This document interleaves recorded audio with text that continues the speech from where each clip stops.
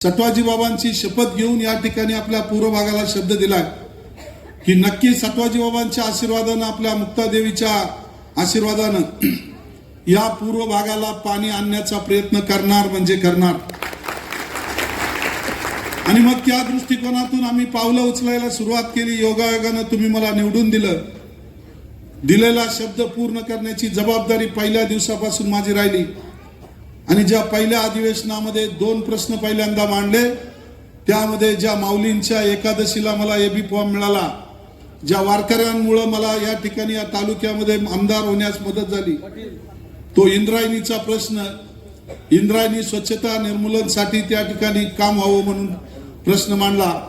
आणि दुसरा प्रश्न जो मांडला त्या पूर्व भागातील आपल्या या सगळ्या गावांची नावं घेऊन या गावांना पाणी मिळण्यासाठी योजनेच्या कामाचं सर्वेक्षण लवकर व्हावं आणि त्या माध्यमातून संबंधित जलसंपदा मंत्री माननीय विखे पाटील साहेब त्यांनी सभागृहामध्ये सांगितलं की तात्काळ तुम्हाला या ठिकाणी आपले जयकुमार गोरे ग्रामविकास मंत्री यांच्यावर त्या तुमच्या 12 गावांची पालकत्वाची जबाबदारी देतो।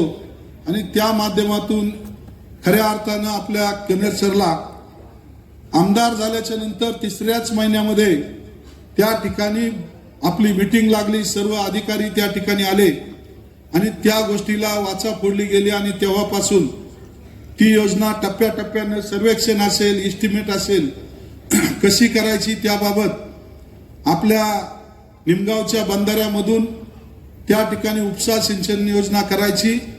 आपल्या प्रत्येक ओढ्यावर नदीवर असणारे बंधारे असतील किंवा अधिकचे काही बंधारे बांधावे लागले, त्या ठिकाणी तळी करून मग उपसा सिंचन योजनेच्या माध्यमातून बंदिस्त योजना करण्याचा प्रस्ताव त्या ठिकाणी शासनापुढे प्रस्तावित आहे, चालू आहे। कोणत्याही परिस्थितीमध्ये मला खात्री आहे, मी जरी विरोधातला आमदार असलो तरी परमेश्वरावर आणि जनतेवर माझा विश्वास आहे। ज्या वेळेस एखादी गोष्ट करण्याच्या ज्या ध्येयाकडे आपण जातो, त्या ध्येयाच्या दिशेने जात असताना किती अडचणी आल्या तरी त्या ध्येयापर्यंत जायचं हे मी ठरवलेलं आहे। त्यामुळं ही योजना आपल्या 11-12 गावच्या सर्व मंडळींना त्याबाबत कल्पना आहे, ज्या ज्या काही घडामोडी झाल्या त्याची कल्पना आहे। आणि मग अशा परिस्थितीमध्ये येत्या 2-3 महिन्यामध्ये कधी सुद्धा या योजनेला मंजुरी 265 कोटीला मिळणार म्हणजे मिळणार। आणि या दोनही गणामध्ये पहिल्या दिवसापासून बोगाडे कुटुंबाने असेल, त्यांच्या सहकार्याने असेल, या ठिकाणी दीप्तीताईंनी सर्व महिलांचं हा मतदारसंघ घर आणि घर प्रत्येक महिलेपर्यंत पोहोचून देवदर्शनाच्या माध्यमातून असेल, पैठणीच्या माध्यमातून असेल, लहान मुलांसाठी हंकारे सरांचं भविष्यासाठी वेध घेणारं त्या ठिकाणी व्याख्यान असेल, अशा वेगवेगळ्या कार्यक्रमाच्या माध्यमातून त्या सुद्धा प्रत्येकापर्यंत पोहोचण्याचं काम केलेलं आहे।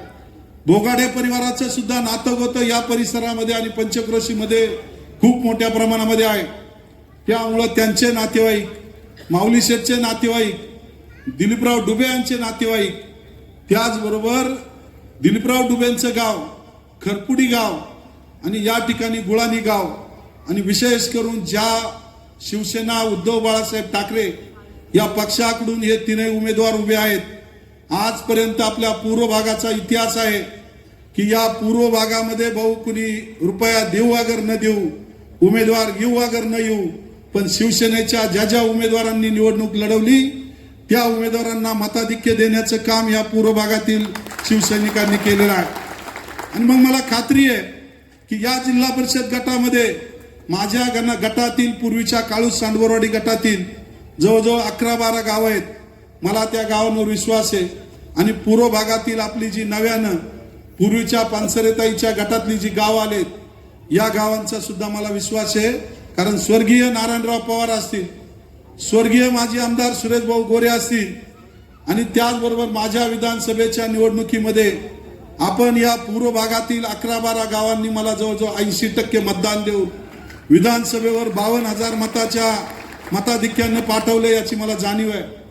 आणि मग या जाणीवेतून मी काम करत असताना, मी विरोधातला आमदार आहे, माझ्यावर रोज टीका होते, यांनी 15 वर्ष काम केलं, यांना काम करता आलं नाही, केवळ वल्गना करून कामातून यांनी कुटुंब वाढवलं, टक्केवारी घेऊन MIDC लुटून, SEZ लुटून यांनी आपलं कुटुंब वाढवलं आणि त्या ठिकाणी जनतेला लुटून काम करत असताना यांना आजही स्वप्न पडतात की अजूनही बाबाजी काळे आमदार आहे किंवा नाही. परंतु मी आमदारही झालो आणि पहिल्या दिवसापासून रात्र दिवस कामालाही लागलो. भाऊ त्या ठिकाणी आहेत सभागृहामध्ये, ते वरच्या सभागृहामध्ये असतात, मी खालच्या विधानसभेच्या सभागृहामध्ये असतो. पहिल्या अधिवेशनापासून आणि पहिल्या दिवसापासून या तालुक्यामध्ये काम एक एक टप्प्यानं वेगवेगळी कामं त्या ठिकाणी करण्याचा प्रयत्न मी करत आहे. काय कामं केली ते प्रत्येक गटामध्ये प्रत्येक जिल्हा परिषदच्या उमेदवारांना त्या ठिकाणी ती कामं छापलेली आहेत. आपल्या पूर्व भागासाठी जी कामं केली किंवा जी कामं मंजूर आहेत, 2 दिवसामध्ये दीप्तीताईंचं हे वचननाम्याचं पुस्तक तुमच्या प्रत्येकाच्या घरापर्यंत येईल. या ठिकाणी आपण हे वचननाम्याचं पुस्तक वाचा. जलसंधारणच्या माध्यमातून बंद असलेली कामं चालू केली आणि काही कामं जी बंद आहेत ते सुद्धा सुरू होणार आहेत. आपला जो रस्ता येतोय ADBच्या माध्यमातून मंजूर असलेला रस्ता, या माश्यांनी यांना टक्केवारी मिळाली नाही म्हणून वर्क ऑर्डर थांबवली होती.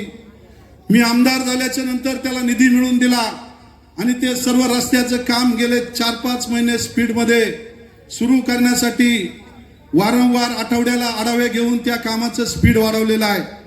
आणि त्यामध्ये आपल्या प्रत्येक गावामध्ये वाडी वस्तीवर काम करत असताना फक्त वाघगाव नगरीमध्ये आपल्या शाळेच्या शैक्षणिक दर्जाचं काम करण्यासाठी DPDCच्या माध्यमातून 60 लक्ष रुपये निधी दिला.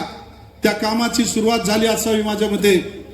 या ठिकाणी मांदळवाडीच्या मंदिराला, हनुमान मंदिराच्या 5 लाख रुपयाचा निधी प्रस्तावित आहे, आचारसंहितेच्या अडकून पडलेला आहे. गाव अंतर्गत 10 लाख रुपयाचं काम चिंचबावाडीला एक काम टाकले, आपल्या पुढं टाकळकरवाडीला सभामंडपासाठी एक काम 10 लाखाचे टाकले. वेगवेगळ्या माध्यमातून वर्षभरामध्ये आपल्या या पूर्व भागातील प्रत्येक गावासाठी काही ना काम टाकले. आणि मग आपल्याला या ठिकाणी येणारी मंडळी म्हणतात की यांनी काडीचं काम केलं नाही. तुम्ही आता आमचं काम पाहण्यापेक्षा आम्ही तुमचं काम काढल्यावरच आमचं काम पहा. येत्या 7 तारखेला तालुक्यातील जनतेला मी आव्हान केलंय की या बोलबच्चन पोपटपंची करणाऱ्या लोकांना, कोण कधी भाजपमधून राष्ट्रवादीत येतोय, कोण राष्ट्रवादीत असून सुद्धा भविष्यात राष्ट्रवादीत राहीन किंवा नाही याची खात्री नाहीये, परंतु काही गोष्टीची सहानुभूती घेऊन त्या ठिकाणी ते मतं मागायचा प्रयत्न करतात. असा केविलवाना प्रयत्न करणाऱ्या माणसांनी या पूर्व भागासाठी काय केलं तर या पूर्व भागाच्या पाणी योजनेचं काम या माश्यांनी बंद पाडलं. त्याचं सर्व पाप यांनी खऱ्या अर्थानं लोकांना तळतळाट करायला लावल्यामुळं गेल्या निवडणुकीमध्ये त्यांना घरी बसायला लागलं. आणि मग आज यांच्याकडे उमेदवार मिळत नव्हते. आपल्याकडे 8च्या 8 उमेदवार जिल्हा परिषदचे सक्षम आहेत. पक्षाच्या सर्व मंडळींनी महाविकास आघाडी बरोबर चर्चा केली. तालुका प्रमुख असतील, उपजिल्हा प्रमुख असतील, महिला संघटिका असतील, तालुका महिला संघटनेच्या अध्यक्ष असतील, युवा सेना असेल, शेतकरी सेना असेल, ग्राहक संरक्षण कक्ष असेल, सर्वांनी या ठिकाणी मान्यता घेऊन या तालुक्यामध्ये यांच्या एकही उमेदवाराच्या तोडीचा म्हणण्यापेक्षा तोड पण मी असं म्हणणार नाही, परंतु यांच्या सरस उमेदवार 8च्या 8 आपण या ठिकाणी शिवसेना उद्धव बाळासाहेब ठाकरे या पक्षाच्या मशाल चिन्हावर लढत आहे. आजची परिस्थिती अशी आहे. आमची भावकी चेअरमन आनंदराव काळे आत्ताच म्हटले की आज तालुक्यामध्ये अशी परिस्थिती आहे की 8च्या 8 जिल्हा परिषद सदस्य निवडून येणार अशी परिस्थिती आहे. आणि मग या 8 जिल्हा परिषद सदस्य निवडून येणाऱ्यांची जबाबदारी आहे. भोगाडे परिवार या ठिकाणी आहे, जयसिंग शेठ आहेत, त्यांचे सर्व कुटुंबीय आहेत, प्रचारक आहेत, नातेवाईक आहेत, दीप्तीताई सुद्धा आहेत. आपण सर्वांनी या ठिकाणी प्रचार एकमेकाला धरून केलेला आहे. 3 दिवस बाकी आहेत. कोणत्याही उमेदवाराने एकमेकाला सोडून प्रचार करू नका. वर मशाल झाली तर खाली मशालच झाली पाहिजे, खाली मशाल झाली तर वर मशाल झालीच पाहिजे. एकमेकाला धरून त्या ठिकाणी मतदान करून घ्या. आणि त्यामुळं कुणाला काही कमी जास्त काही अडचण आली तर एकमेकाला सामावून घ्या. आमदार या नात्यानं मला जी मदत करता आली, संघटना म्हणून रामदास साहेब आणि वरपे साहेब, विजयाताई, सांडवरताई आम्हाला जी मदत करता आली ती प्रत्येक उमेदवाराला करण्याचा प्रयत्न आम्ही करत आहोत. तालुक्यामध्ये आता बोंब होती की आमदारांनी पैसे घेऊन तिकीट दिली. अरे आता पैसे देऊन तिकीट दिली का? मी सच्च्या माणसांना निवडून येणाऱ्या माणसाला तिकीटं दिली. तिकीटं वाटणारा मी नव्हतो. वर संपर्क प्रमुख म्हणून आदरणीय उद्धव साहेब ठाकरे आणि संजय राऊत साहेबांचे आदेश मानून भाऊ या जिल्ह्यामध्ये काम करतात. प्रत्येक गोष्टीचं सर्वेक्षण केले, त्यांच्या हातात तो रिपोर्ट आहे. प्रत्येक गोष्टीचा रिपोर्ट घेऊन त्या ठिकाणी भाऊंनी आम्हाला सूचना केल्या की या गणामध्ये हा उमेदवार सक्षम आहे, त्या गटात तो उमेदवार सक्षम आहे. आणि मग त्यांच्या विचारानं त्या ठिकाणी सर्व उमेदवार दिलेत. सर्वेक्षण करून सर्व उमेदवार दिलेले आहेत. त्यामुळे मला खात्री आहे की या गटामध्ये अत्यंत चांगल्या पद्धतीनं प्रचार यंत्रणा पहिल्या दिवसापासून राबलेली आहे. आणि ही प्रचार यंत्रणा चांगल्या पद्धतीनं राबून उत्स्फूर्त असा मशाल चिन्हाला पाठिंबा आहे. आणि असाच पाठिंबा येत्या 7 तारखेला आपण मतरूपी आशीर्वादातून त्या ठिकाणी द्यायचा आहे. दीप्तीताई भोगाडे यांचं या ठिकाणी क्रमांक आहे 3. जिल्हा परिषदची मशीनवरची मतपत्रिका पांढरी आहे, ती मशीनवर वर असणार आहे. ते 3 नंबरच्या समोर त्यांच्या नावासमोर मशाल चिन्ह आहे. मशाल चिन्हासमोरचं बटन दाबून त्यांना मतदान करायचंय. त्यानंतर आपल्या वापगाव गणामध्ये माऊली शेठ डेरंगे यांचाही गुलाबी मतपत्रिकेवरचा क्रमांक 3 आहे. पांढऱ्या मतपत्रिकेच्या खाली गुलाबी मतपत्रिका आहे. त्यांच्याही नावासमोर चिन्ह मशाल आहे, त्या ठिकाणी सुद्धा बटन दाबायचे. आणि त्याचबरोबर दिलीपराव डुबे यांचाही या ठिकाणी क्रमांक आहेत 2. गुलाबी मतपत्रिकेवर त्या ठिकाणी त्यांच्या गणामध्ये मशाल चिन्ह आहे, त्या मशाल चिन्हासमोरचं बटन दाबून त्यांना या ठिकाणी निवडून द्यायचे. आपल्या सर्व मंडळींना माझे हात जोडून विनंती आहे. विनंतीबरोबर उमेदवारांना आणि प्रचारकांना सुद्धा सूचना दिल्यात की आपण या ठिकाणी पॅनल टू पॅनल मतदान करून घ्या. आणि मतदार बंधू भगिनींना माझी विनंती आहे, या 3ही लोकांना निवडून द्या. दीप्तीताई सारखी एक सुशिक्षित, सुसज्ज, अनुभवी, माहेर आणि सासर दोन्हीकडचंही बाळकडू या ठिकाणी राजकीय, सामाजिक आणि वारकरी संप्रदायाचा आहे.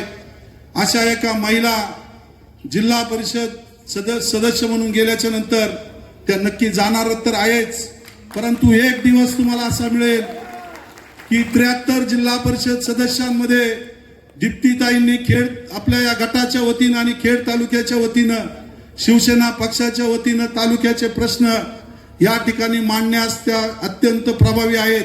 अशी पेपरला एक ना एक दिवस तरी 2-3 महिन्यात बातमी पाहायला मिळेल.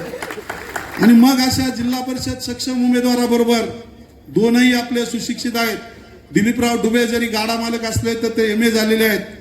आणि माऊली सुद्धा उच्च शिक्षित आहेत, गुळाणी गावचे सरपंच आहेत. दिलीपराव पण रेटोडी गावचे उपसरपंच आहेत.